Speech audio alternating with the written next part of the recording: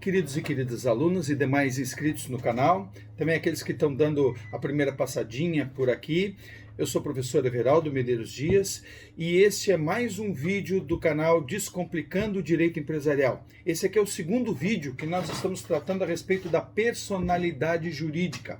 Eu expliquei no vídeo anterior que a necessidade de tratarmos a respeito da personalidade jurídica neste estudo que nós estamos fazendo, especificamente nessa playlist do canal, sobre o direito societário. É fundamental, por quê? Porque no direito societário, basicamente, nós estudamos a relação entre pessoas distintas, a pessoa jurídica da sociedade e a pessoa dos sócios. Então, é fundamental nós revisitarmos essa matéria, que é importante que se destaque, diz respeito ao direito civil e não ao direito societário ou mesmo até ao direito empresarial como um todo.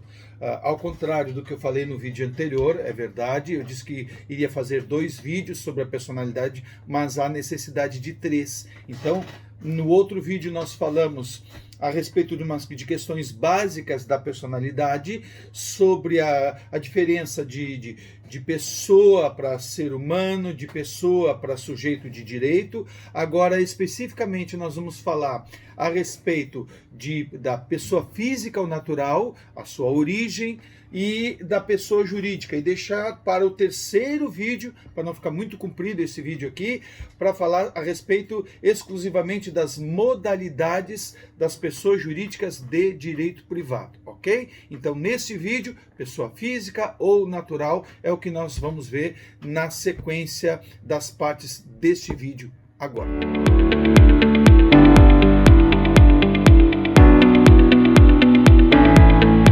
Vamos tratar agora a respeito da pessoa física ou natural. Inicialmente, construindo um conceito para essa pessoa física ou natural. Vamos fazer juntos? Pois bem, de acordo com os elementos que nós já vimos no vídeo anterior, nós poderíamos dizer que a pessoa física ou natural, por se tratar de um sujeito de direito, ela recebe da ordem jurídica uma autorização para titularizar direitos e obrigações, certo? Por se tratar de uma pessoa, portanto, um sujeito de direito personificado, essa autorização é do tipo ampla, genérica, quer dizer que pode fazer tudo o que não está proibido. Por ser uma pessoa física ou natural, portanto corpóreo, vai habitar o quê? O ambiente físico.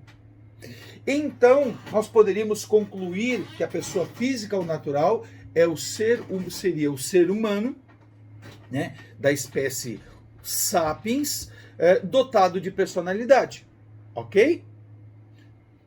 Mas a resposta não é tão clara assim. Por mais irresistível que possa parecer, nós dissemos que é o Homo sapiens, afinal de contas nós não temos outro exemplo para dar, nós temos que concluir que o Homo sapiens é a única modalidade de pessoa física ou natural, porque assim a ordem jurídica, seguindo o status quo do momento, assim o quer, ok? Por quê? Porque poderia ser diferente? Poderia. Vamos ver por hipótese. A hipótese levantada por Yuval Noah Harari.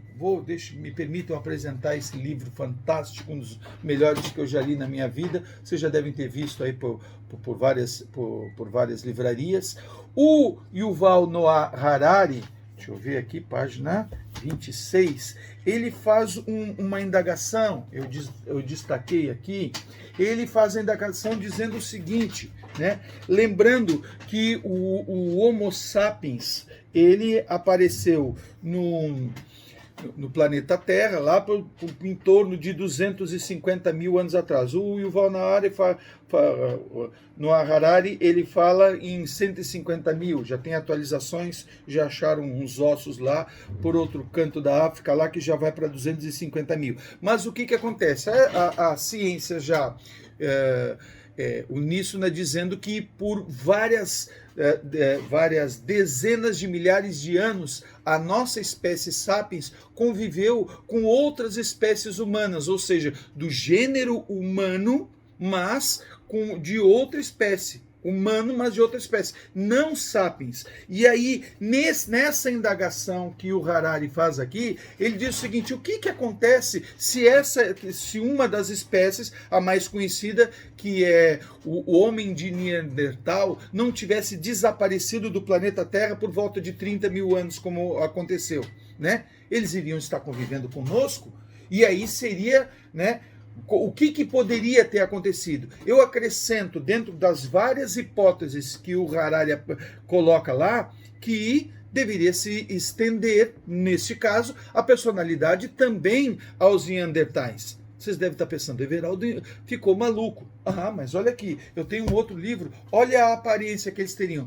Tem a capa desse livro, o que eles fizeram? Eles pegaram o Neandertal, olha ali, ó, com uma camisa, baba por fazer, mas a paradinha, bonitinha e tal, ele teria essa, ele tinha mais ou menos, eles tinham um cérebro maior do que o nosso. Tem hipóteses do porquê que eles desapareceram, que não vamos comentar aqui, mas o que acontece? Apenas por hipótese, eu quero colocar na cabeça de vocês que nós, seres humanos da espécie Sapiens, somos a única modalidade de pessoa física ou natural a habitar esse planeta, porque assim a ordem jurídica o quis, né?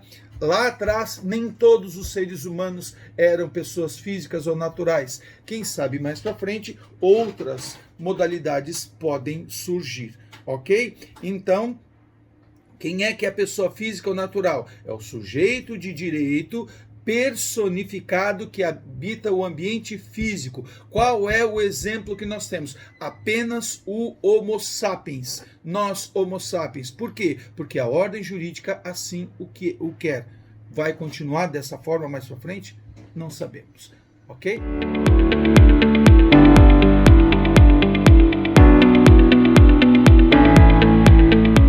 Tratar agora a respeito do início e do fim da personalidade jurídica da pessoa física ou natural.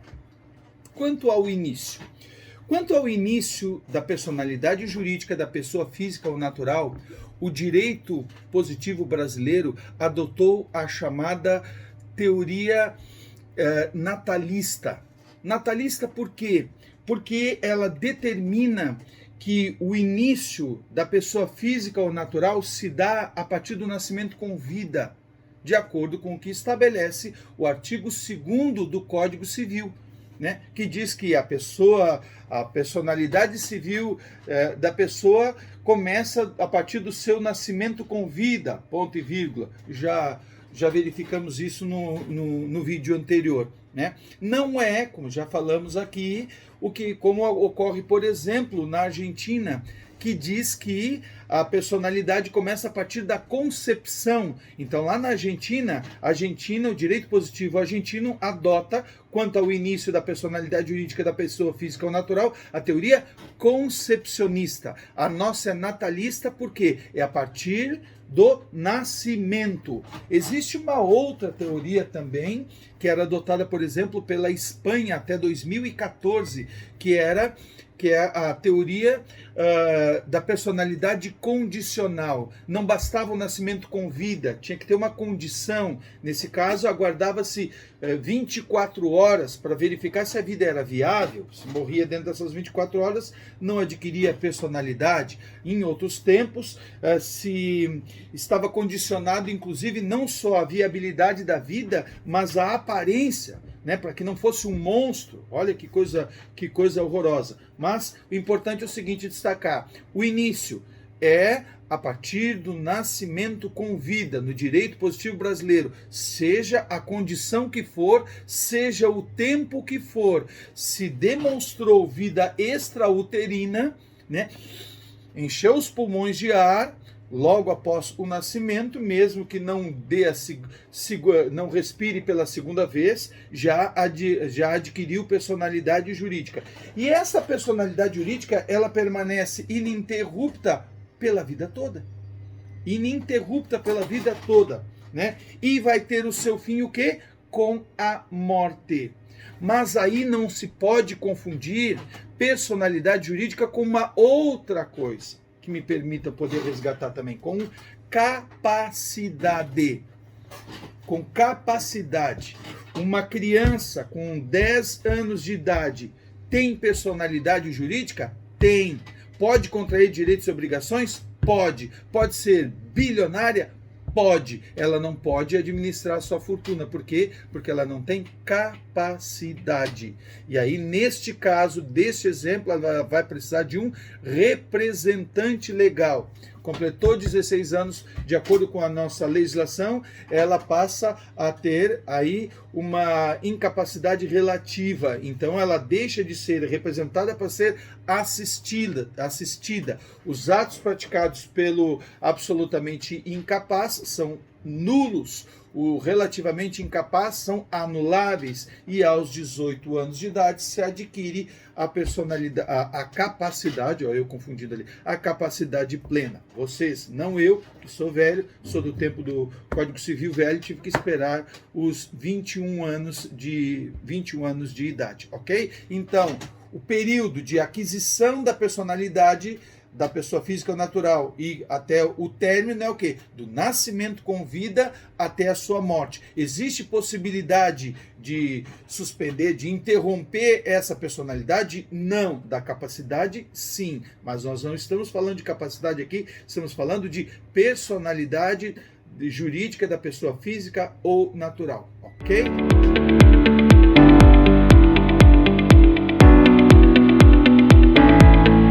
Pois bem, agora trataremos a respeito da pessoa jurídica e a sua origem. Como definição, então, como que nós vamos definir o que seja pessoa jurídica? Ora, lá na pessoa física, nós dissemos que a pessoa física é o sujeito de direito personificado que habita o ambiente físico. Ora, a pessoa jurídica, então, é o sujeito de direito personificado, ou seja, que recebe da ordem jurídica uma autorização do tipo ampla para titularizar direitos e obrigações, porém, ao contrário da pessoa física ou natural, que somos nós, né, a pessoa jurídica habita apenas o ambiente jurídico. Por isso o nome pessoa jurídica, ok? Foi quando que nasceu? Quando que houve a necessidade do surgimento da pessoa jurídica? Nós vimos lá no surgimento das pessoas de uma maneira geral que inicialmente só existiam pessoas físicas ou naturais, só seres humanos, alguns seres humanos. Ok, ocorre que com o desenvolvimento da sociedade, a personalidade foi estendida a outros seres humanos e chegou num determinado momento de se estender essa máscara, ou seja, essa condição de pessoa a certas organizações de seres humanos agrupados, organizados ou de patrimônios. Quando que isso aconteceu? Por que que isso aconteceu? Quando aconteceu foi na Idade Média. Por que que isso aconteceu? Por necessidade da Igreja Católica Apostólica Romana de conservar o seu patrimônio. Por favor, aqui não é uma crítica à Igreja Católica, e sim fato histórico. Simples assim. Até porque isso foi bom ou foi ruim? Isso foi excelente. Por que necessidade de conservar o patrimônio? Até hoje, tem gente que diz assim, eu sei por que padre não pode casar. É para não distribuir, não dividir o patrimônio da Igreja Católica. Ora, eu costumo dizer que essa solução já foi dada há uns 1.500 anos atrás. Por quê? Com a personificação, né? Foi justamente a respeito disso, né?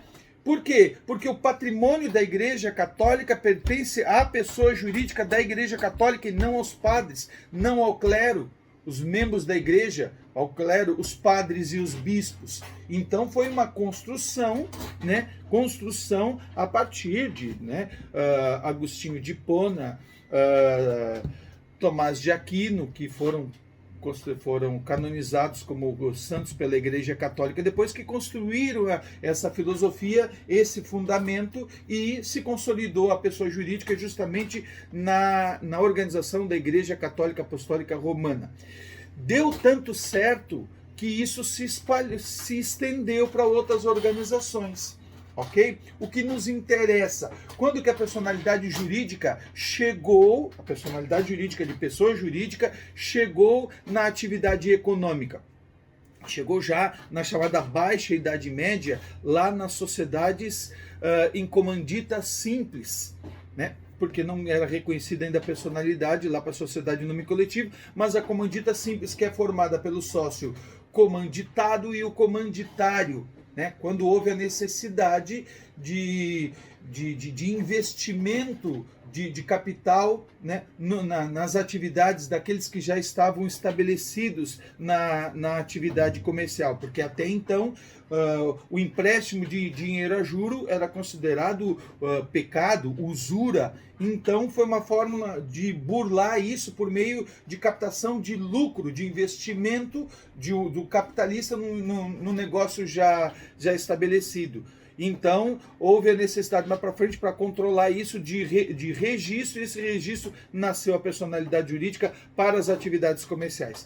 Essa personalidade jurídica também foi importantíssima na consolidação dos estados nacionais, né? Já na idade moderna, e da administração pública de uma maneira geral, administração pública direta e indireta por meio de fundações, autarquias e tudo mais, ok?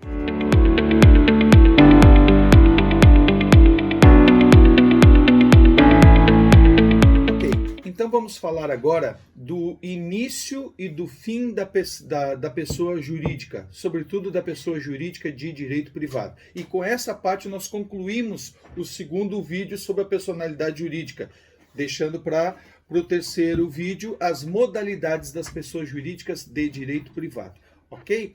Então tá, quando que a pessoa jurídica tem o seu início? A resposta: depende. Depende do quê? Se ela é pessoa jurídica de direito público ou se ela é pessoa jurídica de direito privado. Porque se ela for pessoa jurídica de direito público, vamos ver, a pessoa jurídica de direito público interno. A pessoa jurídica de direito público interno tem o seu início a partir da publicação em órgão de imprensa do ato normativo constitucional ou infraconstitucional que lhe deu origem. Ok?